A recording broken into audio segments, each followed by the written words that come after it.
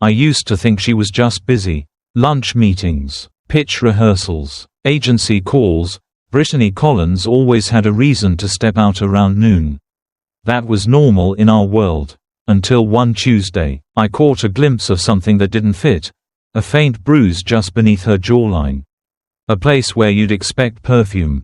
Or maybe, once, a kiss. But this was something else. Brittany was 34, tall, angular, and impossibly composed. The kind of woman who wore tailored blazers even on casual Fridays and could shut down a bad idea with one eyebrow. As the lead designer at Halston and More Creative, she carried weight, clients trusted her, interns idolized her, and no one, absolutely no one, dared to ask about her personal life. She'd been married once, briefly. There were no photos on her desk, no ring on her finger. If anyone asked, she'd say, that was another life, and no one pushed. Until a few weeks ago, Brittany had been constant, predictable, the kind of person who chose her words like a surgeon chose tools, clean, exact, and necessary. But something had shifted. A softness had crept into her features, like someone had lit a candle inside her. She started wearing lipstick again, the kind that left prints on paper coffee cups. She laughed more, not the polite kind, the real kind, low and throaty, like it had been waiting years to escape. And then there were the lunches. They used to be solitary affairs, a salad, her sketchpad, but lately, she'd vanish from the office. Sometimes for 2 hours. The receptionist said she'd seen Brittany getting into a silver SUV around noon most days. She said the man driving it was tall, handsome, had a wedding ring. His name was Travis Monroe, 36, senior brand strategist, married, 2 kids. He transferred from the LA office 6 months ago. Friendly, charismatic, known for bringing donuts to meetings and remembering your dog's name. No one thought anything of it when Brittany and Travis started collaborating more. They were a powerhouse, his strategy, her design. Clients loved the dynamic, but then came the parking lot conversations. The subtle lean-ins, the way Brittany once touched his tie in the break room, flattening a crease that didn't exist. Still, it was office gossip, nothing more, until Ava, the new intern, said something. I didn't mean to stare, she whispered to me, eyes wide, but I saw him, Travis. He got out of Brittany's car. It was parked behind the building. Near the loading dock. He was adjusting his belt. I didn't believe her, or didn't want to, but something about the way she said it, the careful horror in her voice, made my stomach knot. That afternoon, Brittany came back from lunch flushed. Not the cold weather kind. Her blouse was slightly wrinkled. Her smile lingered too long. I tried not to notice. Tried to focus on my work. But the image of Travis adjusting his belt replayed like a loop. That evening, I watched her walk to her car. Travis followed 10 minutes later. His jacket slung over his shoulder like a teenager leaving detention. He looked around before unlocking his car. Paranoia is a slippery thing. It doesn't announce itself. It seeps in, and once it's there, everything you see confirms it. The next day, Brittany called in late. Client emergency, she texted, but the system logs showed no scheduled meeting. Her Slack status stayed green. Travis wasn't in either. People whispered. They always do. But Brittany, she didn't seem to care. Or maybe, just maybe, she believed she was untouchable. What no one knew, what she couldn't have known, was that Amanda Monroe, Travis's wife, had just joined a private Facebook group for betrayed spouses. And she had questions. Big ones. The thing about secrets is, they don't stay still, they twitch, they flicker, they leave traces, even when you try to scrub them clean. Brittany Collins had become meticulous. Her texts with Travis Monroe were moved to an encrypted app that auto-deleted every 24 hours. She kept her phone on silent. Screen always face down. Notifications cleared. She thought she was being careful. Thought she was controlling the story. They met now in parking garages. Hotel lobbies under assumed names. And once, in the conference room after hours when the janitorial staff was still on break. Travis had a keycard no one monitored. Brittany brought a blanket, as if desire needed cushioning. At work, she was still Brittany the Ice Queen, but her hands lingered a little too long on mock-ups with Travis. She leaned in when he whispered brand revisions. Her laughs were timed. Her eyes darted toward the elevators a little too often after 5 p.m. Travis played his part. Meetings scheduled at 11:45 a.m. that mysteriously stretched until 2 p.m. Creative strategy lunches, he called them, though his breath always smelled faintly of her perfume when he returned. He'd wipe his phone screen with a cloth before going home, deleting their chat history religiously. But habits make mistakes. It was a Wednesday. A client pitch had run long. Brittany returned to the office in a rush, her blazer askew, and a faint smudge of lipstick at the edge of her collarbone. She didn't notice, but someone else did. Layla Tran, one of the copywriters, caught it as Brittany leaned over the conference table. Her eyes narrowed. She didn't say anything, not then, but later. In the elevator, Layla pulled out her phone and zoomed in on a photo she'd quietly taken. A glint of something private. Something not meant for office hours. Something that didn't look like Brittany at all. Layla wasn't cruel, but she was curious. And Amanda Monroe, she was already suspicious. Amanda had lived with gut feelings for weeks now. Travis had changed. He was always just tired. Always late. Always locked to his phone. And once, when she did the laundry, she found a receipt for a boutique hotel not 5 miles from his office. He said it was for a client, a brand immersion stay. But his voice had that too smooth flatness, like someone reading from a prompt. Amanda worked in digital marketing. She knew how to look. She created a fake email, anonymized, sent a message to herself from a name she knew would grab Travis' attention, BC Confidential. She waited. That night, he clicked the link, didn't know she had remote monitoring set up. And what she saw stunned her. Archived messages, photos, notes, one from Brittany, timestamped 3 days ago. Lunch was worth the risk. Still thinking about your hands on my neck. Amanda sat in the dark, staring at the screen, her breath caught in her chest like a sob that refused to leave. She didn't scream, she didn't cry, she screenshot everything. The next day, Brittany received flowers to the office. No card. That night, Travis got home to silence. Amanda had taken the kids to her sister's. On the dining table was an envelope. Inside, 7 printed screenshots. A post-it on top. Lunch tasted like betrayal. Amanda didn't plan revenge. She orchestrated it. Through a mutual friend, a woman who once worked security for a nightclub, she got in touch with someone who handled things. Not legally, not cleanly, but clearly. She gave one instruction: make it public. Not lethal, just loud. A message. It happened on a Monday. The team had just finished a stand-up meeting. Brittany was walking toward the coffee bar when a woman stepped into the lobby. No uniform. No name tag, but purposeful. 3 slaps. A hard shove. A hissed. This is for Amanda. Security broke it up in under a minute. HR tried to contain the chaos. But 5 employees filmed it. 2 uploaded within the hour. The video, viral by noon. In the footage, Brittany's hair is pulled, her blouse torn slightly at the seam, her eyes wide not just with fear, but recognition, that she had crossed an invisible line. Not just of fidelity, but of consequence. The whispers weren't whispers anymore. They had become a storm. It happened on a Wednesday. Mid-morning, just after the first round of meetings. Brittany had stepped into the elevator on the 12th floor, her coffee still steaming, her phone in hand as she skimmed through Slack messages.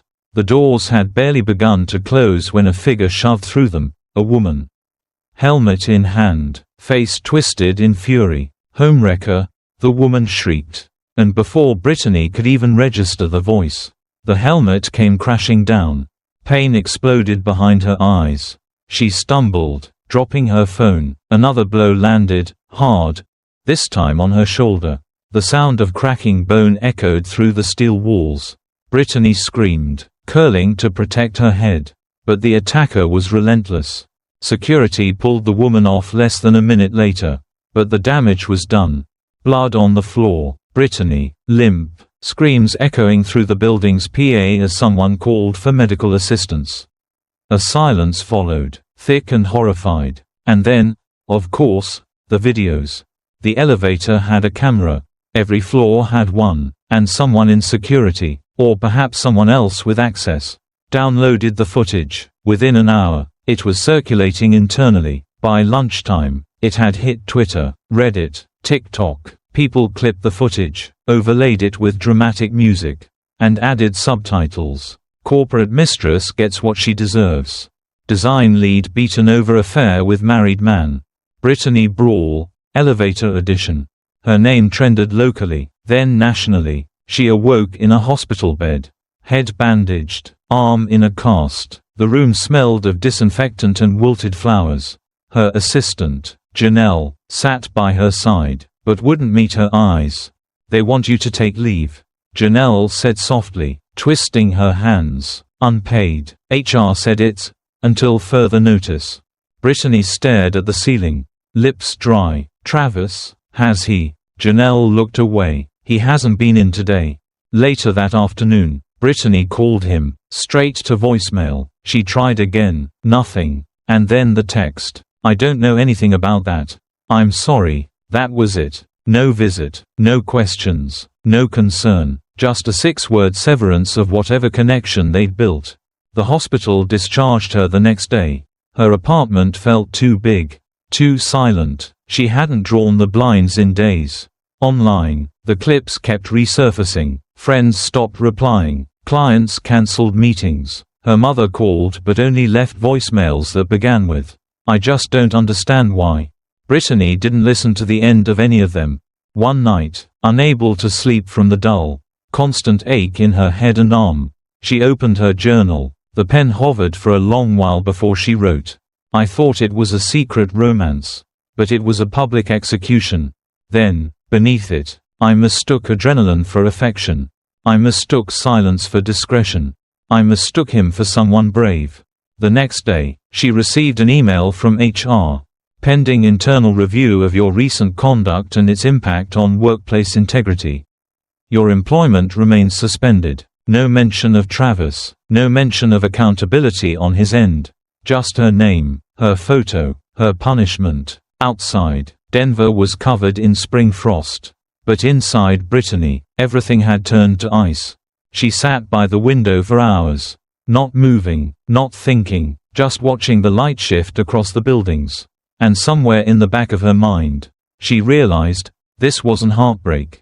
This was erasure. The kind that starts slow, like a corner of a page burning, and ends in ash before you even notice the flame. There was no going back. There was only what remained. Travis never showed up at the hospital. Not once. And when Brittany was discharged, it wasn't his arms she leaned into, but the cold metal railing outside the emergency wing. As she waited for a cab alone, the silence between them wasn't just awkward now, it was deliberate. Weaponized. Travis had returned to Amanda. His social media disappeared overnight, Instagram wiped, LinkedIn set to private. Rumor had it, he was attending counseling, rebuilding, repenting, to the world. He was a man who had made a mistake and was trying to atone. Brittany, meanwhile, was not rebuilding, she was unraveling. Her arm ached from the cast. Her head still bore the dull hum of trauma. The apartment she once prided herself on now felt hostile in its stillness. The bed, queen-sized, with monogrammed pillows and silk sheets, felt too big, too empty, and yet, too confining. A velvet cage where silence echoed louder than any accusation. No one from the office visited. No fruit baskets. No sympathy cards. Just an official envelope, 2 days post-discharge, slid under her door like a final insult. The company had terminated her contract. Not for the incident directly, of course. The language was antiseptic, detached, violation of professional ethics and behavioral expectations. She didn't scream, she didn't cry, she read it twice, then folded it neatly and placed it beside her untouched glass of water. It joined the growing pile of things she no longer knew what to do with: unopened mail, unanswered messages, dreams. She tried freelancing. Her portfolio was strong. Her name had weight, once. But every Zoom call dissolved after the first consultation. Clients grew cold after the background check. One of them even said it aloud, half apologizing. "It's just, when we Googled you, it was hard to unsee the context." There was context now, so much context. Context she didn't choose. Context that had a life of its own. Reddit threads dissected her body language in slow motion. TikToks mimicked her scream in the elevator, layered with auto-tune and emojis. A YouTuber made a breakdown video titled, "How One Affair Destroyed a Designer's Career in 3 Days." Her pain, repackaged. Her face, a thumbnail. She was content. For clicks. Neighbors avoided eye contact. Her gym pass was revoked after someone posted her photo on a bulletin board labeled, "Not Welcome." Even the cafe where she'd once doodled campaign ideas over espresso seemed to flinch when she entered. The barista stopped asking her name. Just handed her the cup. Eyes down. Brittany once considered herself strong. Independent. She'd built herself from the ground up after her divorce. Carved a career from thin air. But now, mornings came with a question.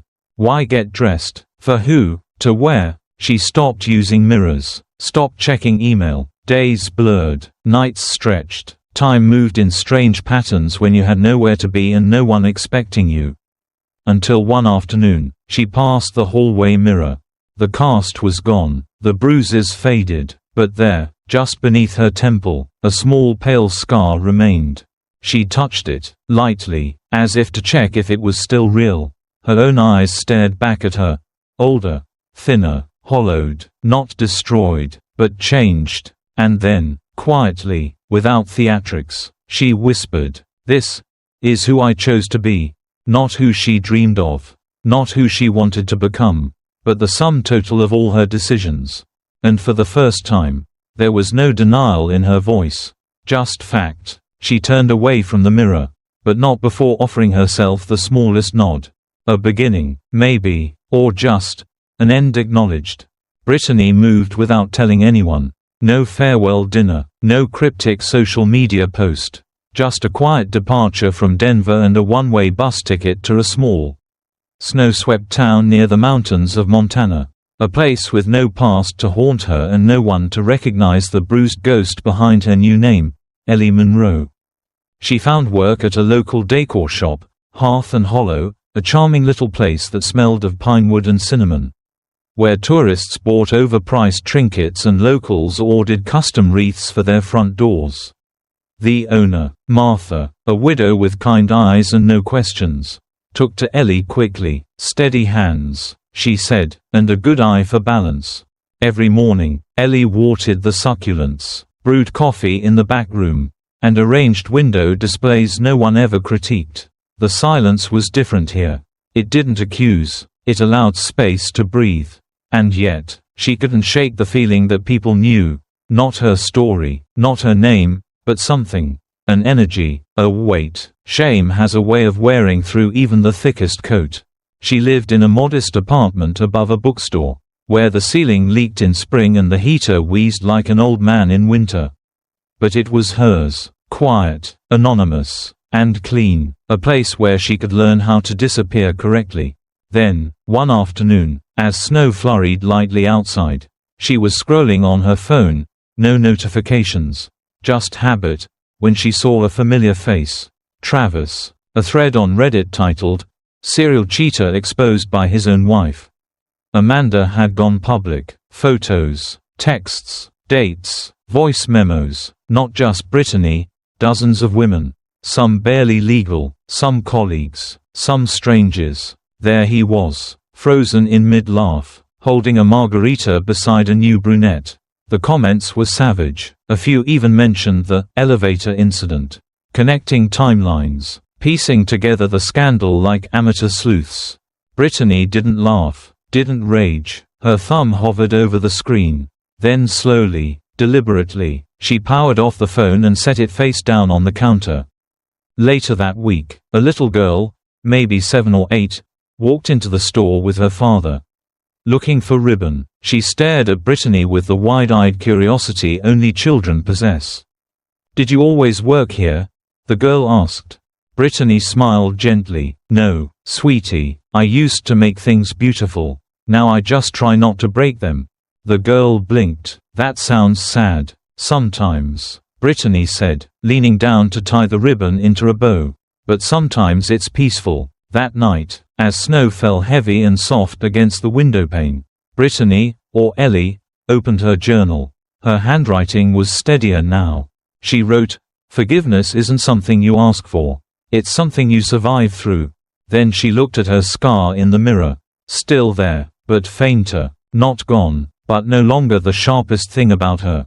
The next morning, she wore red lipstick, not for anyone, just to remember she could.